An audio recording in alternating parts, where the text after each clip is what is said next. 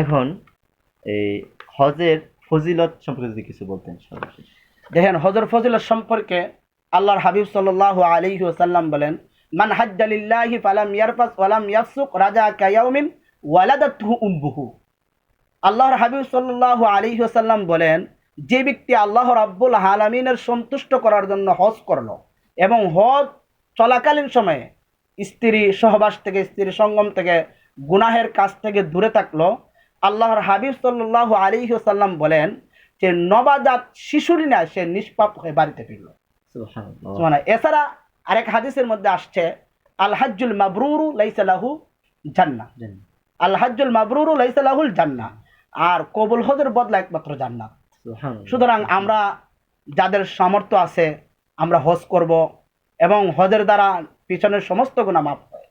তো এই জন্য আমরা হজ, যাদের টাকা পয়সা আছে, বাইতুল্লাহ শরীফ যাওয়ার পর্যন্ত এবিলিটি আছে, তারা যেন হজ করে।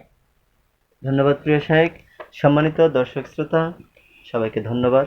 আমরা আমাদের টকশোর আজকে ইতি টানতেছি।